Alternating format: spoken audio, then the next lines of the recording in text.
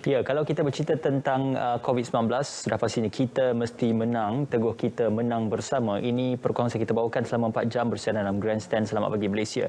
Kali ini juga kita nak bercerita tentang COVID-19 simptom berpanjangan. Kita sedia maklum, COVID-19 ini boleh dikategorikan secara asas kepada symptomatic and asymptomatic yang memberikan gambaran kepada keadaan pesakit yang positif COVID-19. Namun persoalannya sekarang ini ada segelintir daripada kita yang sudah pun terkena COVID-19 dan masih lagi mengalami simptom-simptom ataupun masalah lain di dalam tubuh badan mereka yang mungkin anda tertanya-tanya dan tidak mendapat jawapannya sehingga kini. Jadi kita nak berkongsi pada anda berkenaan dengan satu simptom yang dipanggil sebagai long COVID dalam bahasa Inggerisnya ataupun dalam bahasa ini dipanggil sebagai simptom COVID berpanjangan. Bagaimana ia boleh memberikan kesan terhadap kehidupan anda. Kami bawakan menerusi panggilan Skype hari ini iaitu Dr. Arisah Misnan selaku pakar perubatan penyakit berjangkit Hospital Sungai Buloh. Assalamualaikum, selamat pagi Doktor. Assalamualaikum, selamat pagi. Ya, terima kasih bersama kami. Sudah pastinya persoalan tentang terma long COVID yang digunakan ataupun sistem COVID-19 yang berpanjangan. Kita sedia maklum beberapa fasa yang dilalui oleh pesakit ini untuk menunjukkan simptom-simptom yang berbeza ataupun mild symptom dan juga serious symptom. Cumanya dalam long COVID ini, apakah pengertian ataupun takrifan makna kepada long COVID yang perlu difahami dalam bahasa asas yang mudah untuk difahami oleh masyarakat? Baiklah, terima kasih. So, untuk simptom COVID berpanjangan, ada tanda dan gejala yang dialami oleh pesakit semasa atau selepas jangkitan telah selesai, tapi dia berlanjutan sehingga 12 minggu, lebih kurang 3 bulan ataupun lebih, dan tak dapat dijelaskan dengan diagnosa alternatif. Boleh terjadi kepada mana-mana pesakit COVID yang telah sembuh walaupun pesakit tersebut hanya mengalami gejala ringan semasa dijangkiti COVID. Contohnya kategori 1 ataupun kategori 2. Ya. Masalah ini memang dikenal pasti bukan sahaja di Malaysia tapi di seluruh dunia ekoran pandemik yang melanda. Ada beberapa teori lah yang dikatakan kenapa simptom ini terjadi. Ada yang pakar imunologi di United Kingdom mengatakan mungkin terdapat saki-baki virus yang masih berada dalam badan kita dan menyebabkan imun sistem kita jadi huru-hara dan tidak stabil. Ya. Ada juga yang mengatakan walaupun virus itu tidak lagi memberi ancaman tetapi organ-organ dalaman masih terus rosak dan menyebabkan keradangan yang berpanjangan dan menyebabkan simptom-simptom tersebut. Ada juga yang paru-parunya sudah rosak, ada darah beku dan sebagainya, jadi mereka boleh mendapat simptom yang berpanjangan. Satu lagi contoh yang bukan setakat COVID tapi ada lagi virus-virus lain yang boleh menyebabkan simptom yang lebih kurang sama. Contohnya influenza ataupun denggi. So orang yang baru baik denggi, dia dah keluar hospital tapi dia masih belum betul-betul rasa sembuh. So mungkin dalam lepas sebulan, 3 bulan baru dia rasa lebih segar. Jadi tempoh tu bergantung pada individu tersebut. Okay.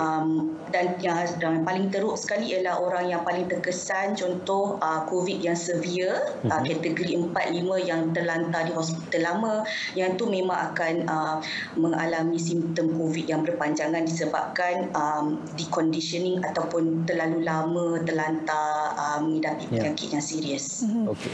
Doktor, kalau kita lihat tadi kita ada paparkan simptom-simptom grafik berkenaan long COVID ini, antaranya masalah psikologi, masalah telinga, muscle, respiratory, cardiovascular dan sebagainya. Kalau kita lihat masalah-masalah ini berkemungkinan besar ada sesetengah individu yang sudah pun mempunyai simptom-simptom ini sebelum mereka mendapat jangkitan COVID-19. Jadi bagaimana untuk mereka memberi satu definisi yang lebih khusus bahawa ini adalah simptom disebabkan oleh long COVID ataupun sebenarnya mereka hanya keletihan disebabkan bekerja dan sebagainya?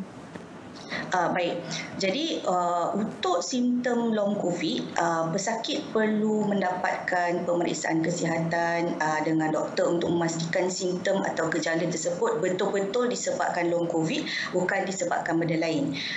Ada juga pesakit yang dulu pernah kena COVID, mungkin boleh kena COVID lagi, jadi simptomnya lebih kurang sama dan tindakan rawatannya berbeza. Jadi kita kena berhati-hati. Sepanjang pengalaman merawat pesakit COVID di Sungai Buloh dan kami mempunyai klinik untuk merawat pesakit selepas COVID. Lebih kurang 81% pesakit ex-COVID mengalami simptom kelesuan, cepat letih, lebih kurang dalam 50% merasakan cepat penat bila melakukan aktiviti fizikal. Jadi selalunya pesakit COVID selepas habis rawatan di hospital, kami akan beri cuti sakit untuk berehat, untuk memulihkan diri, bukan setakat fizikal tetapi mental, sebab dua-dua ni sangat penting dan sokongan ahli keluarga, majikan sangat diperlukan untuk pesakit melalui fasa pemulihan tersebut. Okey, apa yang diceritakan oleh doktor tadi apabila masih ada saki-baki virus yang tertinggal, dan ini menggambarkan bahawasanya sistem imun pertahanan badan masih dalam proses pemulihan ataupun recovery. Cumanya persoalan tentang rawatan-rawatan antiviral yang digunakan tidakkah berkesan dan tidakkah boleh untuk menghilangkan dan juga menghapuskan saki-baki virus yang terdapat dalam badan manusia. Jadi bagaimana antiviral yang digunakan dalam rawatan itu membantu untuk mengurangkan kesan long COVID yang berpanjangan ini, doktor? Okey, baik. So, virus ni yang penting apabila kita discharge pesakit, mereka tidak akan mempunyai atau berisiko untuk mempunyai virus yang masih hidup dan boleh menjangkiti orang lain. So, yang tu memang kita tak akan bagi balik. Kita akan dudukkan mereka di hospital ataupun di isolasi, di kuarantin lah. So, virus ni dia walaupun sudah sembuh tapi mungkin saki-baki protein virus tersebut masih tertinggal di dalam badan, dan kesannya ialah imun sistem kita akan jadi tidak stabil, agak huru-hara, dan benda ni boleh menyebabkan keradangan berpanjangan. Dia bagi signal yang tak betul kepada badan, bukan kepada semua orang. Antivirus yang diberikan pada peringkat awal membantu untuk mengurangkan jumlah viral load di dalam badan dan mempercepatkan proses pemulihan. Tapi bukan semua orang sesuai untuk diberikan ubat antivirus, terutamanya sekiranya mereka telah masuk agak lambat ataupun late presenter, ataupun mereka mempunyai masalah organ-organ dalaman yang telah rosak dan tidak sesuai lagi untuk diberikan rawatan antivirus. Penyakit COVID ni dia bukan setakat kita kena bagi antivirus, ada banyak lagi rawatan-rawatan yang diperlukan untuk as a whole, untuk melengkapkan lagi proses pemulihan. Kebanyakan pesakit, terutama yang muda, yang tiada penyakit kronik, mereka boleh menyingkirkan virus tersebut sendiri tanpa memerlukan bantuan antivirus. Jadi antivirus itu sendiri bukan 100% boleh membantu untuk menghilangkan virus tu, tapi imun sistem badan kita sendiri kena kuat dan sihat untuk mempercepatkan proses tersebut. Satu lagi, doktor, kalau mungkin doktor boleh berikan penjelasan yang lebih lanjut berkenaan simptom long COVID ini untuk individu yang sudah mendapatkan vaksin ataupun belum mendapatkan vaksin. Adakah vaksin ini akan membantu untuk mengurangkan simptom long COVID itu ataupun sebaliknya?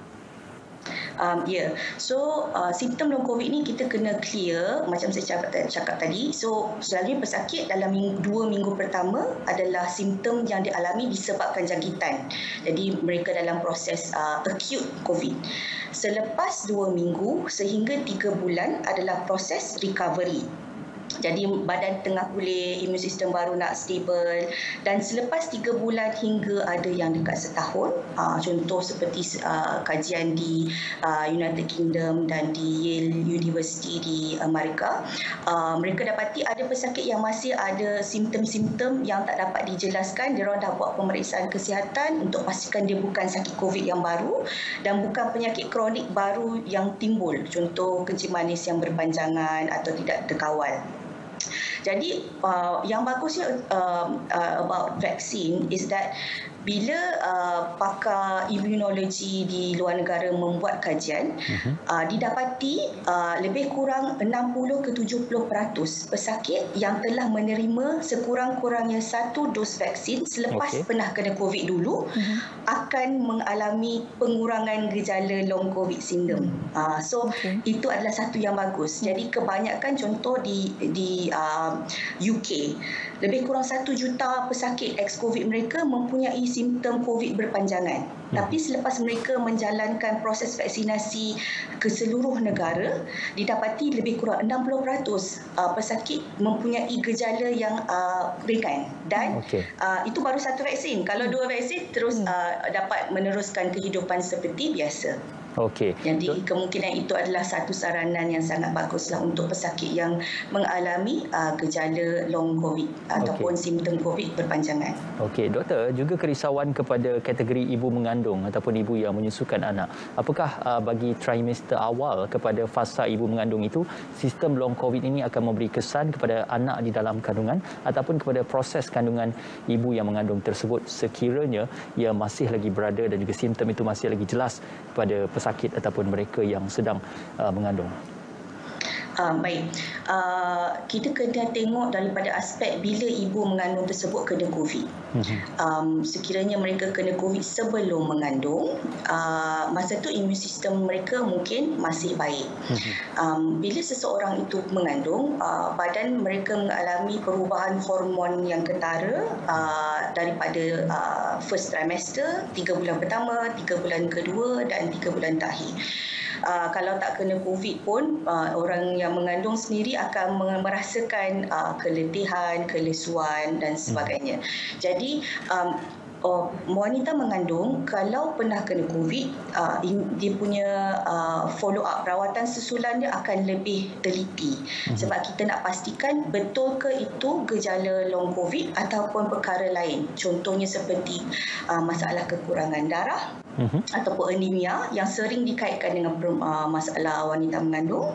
Jadi kita perlu berikan vitamin, ataupun mungkin masalah psikologi sebab mereka rasa tertekan semasa mengandung, kelesuan, keletihan, terlalu penat bekerja, jadi mungkin pakar perlu rujuk kepada pakar psikologi atau psikiatri sekiranya diperlukan, ataupun mungkin perlu diberikan cuti rehat sepanjang mengandung untuk memastikan tahap pemulihan mereka optimum sebelum proses bersalin dan berpantang berlaku.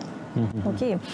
Kalau doktor mungkin boleh perincikan dengan lebih mendalam lagi bentuk-bentuk rawatan ataupun ubat-ubatan yang diberikan untuk pesakit yang sedang mengalami long COVID ini?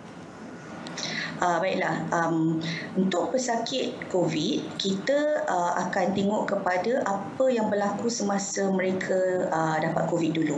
Jadi, mereka yang mempunyai gejala ringan, tahap 1, 2 ataupun 3, selalunya simptom yang mereka alami juga agak ringan. Jadi contoh seperti ada yang batuk berpanjangan, ada yang rasa deria bau, deria rasa tidak berapa okey lagi. Jadi yang tu selalunya kita akan berikan nasihat yang sesuai dengan simptom mereka. Tapi yang paling kami tekankan di semasa rawatan susulan di klinik adalah mereka yang terkesan teruk dengan COVID seperti tahap 4, tahap 5, pesakit yang pernah masuk ICU ataupun mendapat gangguan emosi atau psikologi yang teruk di ward. Jadi mereka ini akan diberikan pengkhususan yang lebih. Selepas balik dari hospital, kita akan berikan rawatan susulan dalam masa 2 ke 6 minggu untuk ulangan X-ray, kita buat ujian tahap kecergasan, cek oksigen level mereka, dan sekiranya perlu, mereka perlu terus mengambil ubat-ubatan yang disyorkan seperti ubat cair darah, ubat antibiotik, ubat anti-inflammatory, anti radang. Pastikan penyakit diabetes mereka sekiranya ada terkawal, serta kalau yang terkesan fizikal, contoh terlantar, perlukan rawatan terapi, kami mempunyai klinik rehabilitasi di Hospital Sungai Buloh untuk membantu proses pemulihan pesakit. Jadi dia ada fizikal, dia ada psikologikal, dia ada rawatan perubatan dan rawatan terapi yang berpanjangan untuk pesakit-pesakit kita dalam proses pemulihan. Okey, dan doktor, kita juga nak membukakan talian kepada para penonton kita yang ingin mendapatkan pandangan lebih jelas daripada doktor. 0322829841 talian yang boleh anda hubungi untuk mendapatkan penjelasan daripada bersama dengan Dr. Arissa. Seketika kita nak membawakan perkongsian ini, doktor, tentang sekiranya mereka yang sudah pun discharge ataupun dibenarkan keluar daripada ward selepas mendapat rawatan COVID-19 dan juga masih mempunyai mild symptom ataupun simptom-simptom ringan COVID-19. Apakah self medication ataupun rawatan sendiri menggunakan ubat over the counter seperti paracetamol, ubat batuk ataupun mungkin loratadine untuk merawat selsema dan sebagainya boleh digunakan sebagai rawatan self medication dan tidak perlu untuk ke fasiliti kesihatan dalam hal kita ingin mengurangkan lambakan pesakit di fasiliti kesihatan? Baik, jadi kita perlu pastikan simptom kita itu tidak serius dan tidak luar biasa berpanjangan. Contoh macam kalau demam sehari dua, mungkin boleh untuk dapatkan rawatan over the counter seperti ambil paracetamol, mungkin tambah vitamin dalam badan, dapatkan rehat yang cukup. Contoh kalau ada sesama, ada pesakit yang mungkin ada penyakit resdung ataupun sinusitis, mereka boleh mendapatkan rawatan untuk self-medication. Tetapi sekiranya simptom tersebut berpanjangan ataupun menjadi lebih serius, sila dapatkan pemeriksaan kesihatan sebab kita nak pastikan dia bukan perkara lain yang mungkin boleh menyamar seperti simptom long COVID. Contoh, kalau duduk rumah lama, mungkin demam dah seminggu, sebenarnya penyakit denggi. Jadi itu kena jumpa doktor lah untuk pemeriksaan untuk pastikan betul ke denggi. Ataupun ada orang yang batuknya berpanjangan dan luar biasa sehingga contohnya keluar batuk berdarah. Jadi kita kena pastikan dia bukan jangkitan kuman yang baru ataupun penyakit tuberkulosis ataupun TB yang mungkin boleh tercetus sebab imun sistem badan kita lemah ataupun mendapat jangkitan daripada orang lain. Jadi untuk limited time boleh, tapi kalau dia berpanjangan atau jadi luar biasa, sila dapatkan pemeriksaan kesihatan. Baik. Kita ada pemanggil seorang daripada Shah Alam. Hello. Puan Rudiah. Assalamualaikum. Waalaikumsalam. Puan Rudiah dari Selangor. Okey, Syalam Selangor, silakan. Silakan Puan. Nak tanya, kita orang tak satu keluarga kena COVID tapi dah discharge lah. Nak tanya, sepatutnya kita orang dapat vaksin pada 3 hari bulan 6 hari tu. Tapi doktor cakap macam mana ya? Kita orang tak boleh ambil berapa lama baru dapat ambil vaksin tu. Baik. Terima kasih. Terima kasih Puan Ruziah. Itu dia soalan pada doktor. Tempoh masih dibenarkan selepas seorang pesakit disahkan bebas daripada COVID-19, doktor? Baik. Saya tak sempat tanya tadi bila Puan Rudiah kena penyakit COVID tersebut. Tetapi selalunya kami beri nasihat di hospital bergantung kepada berapa seriusnya penyakit tersebut.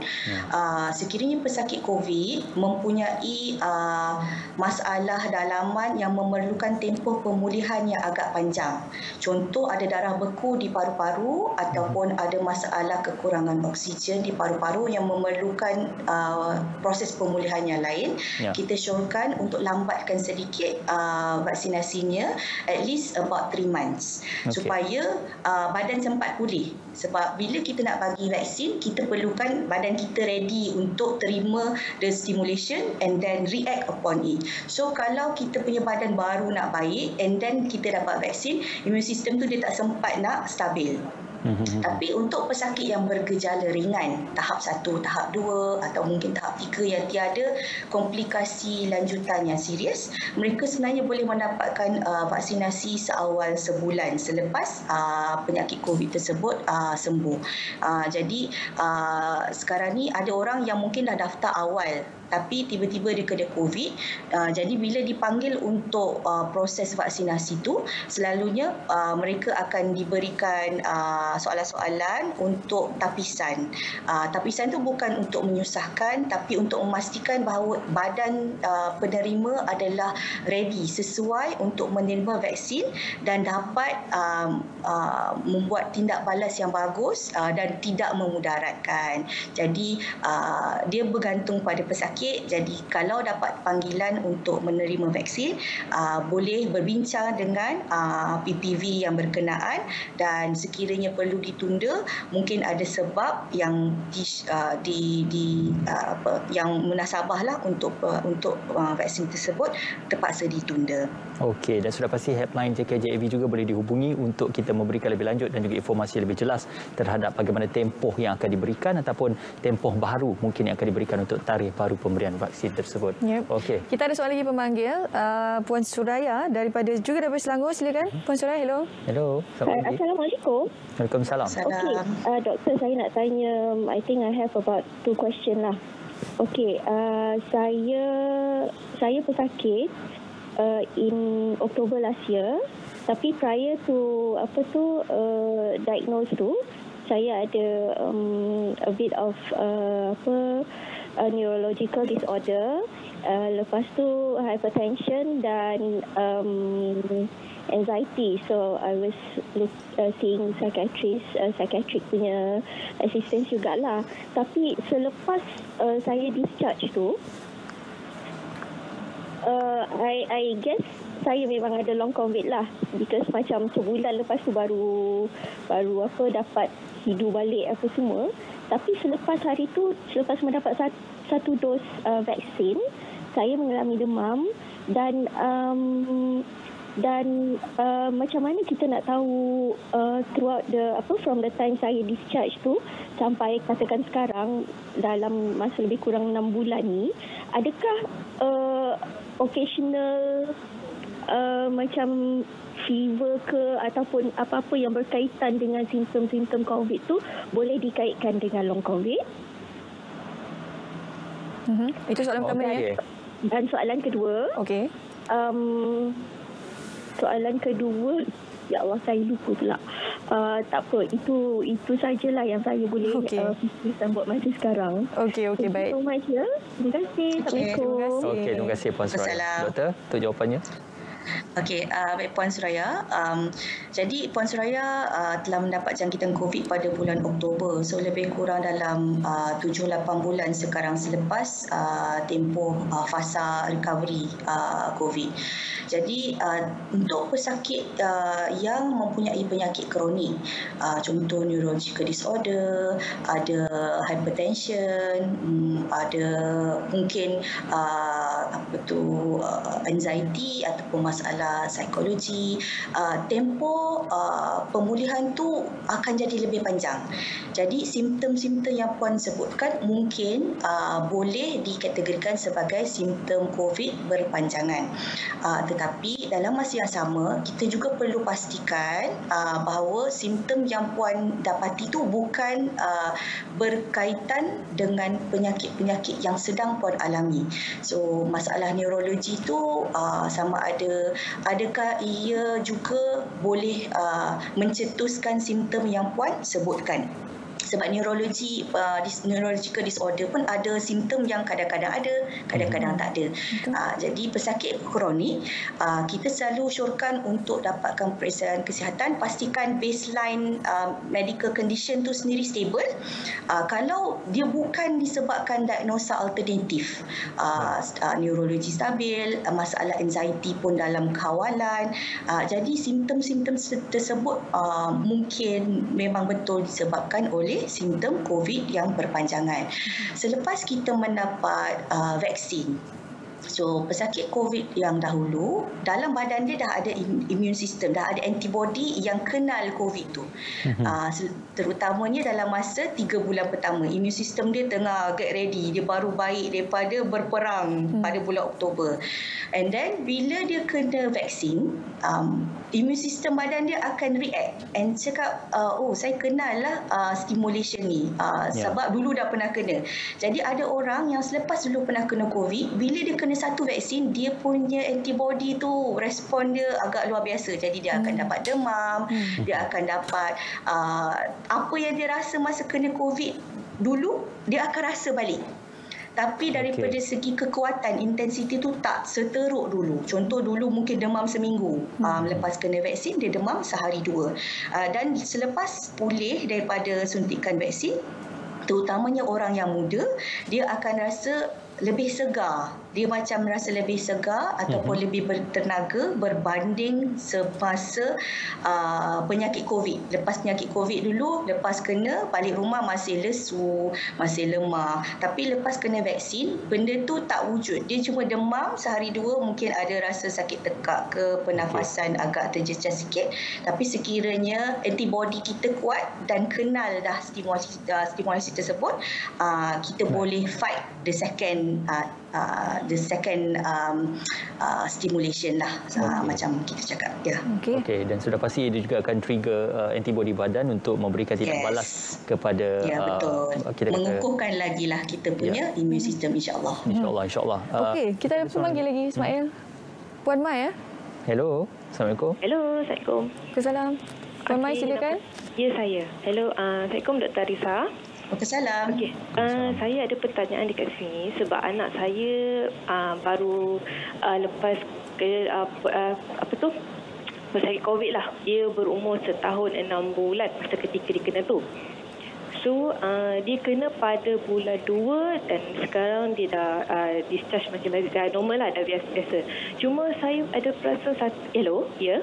Silakan teruskan. Ya, saya cuma perasa ada satu simptom dekat dia yang saya tak sure sama ada benda tu berkaitan dengan long COVID ataupun tak, which is dia susah nak makan.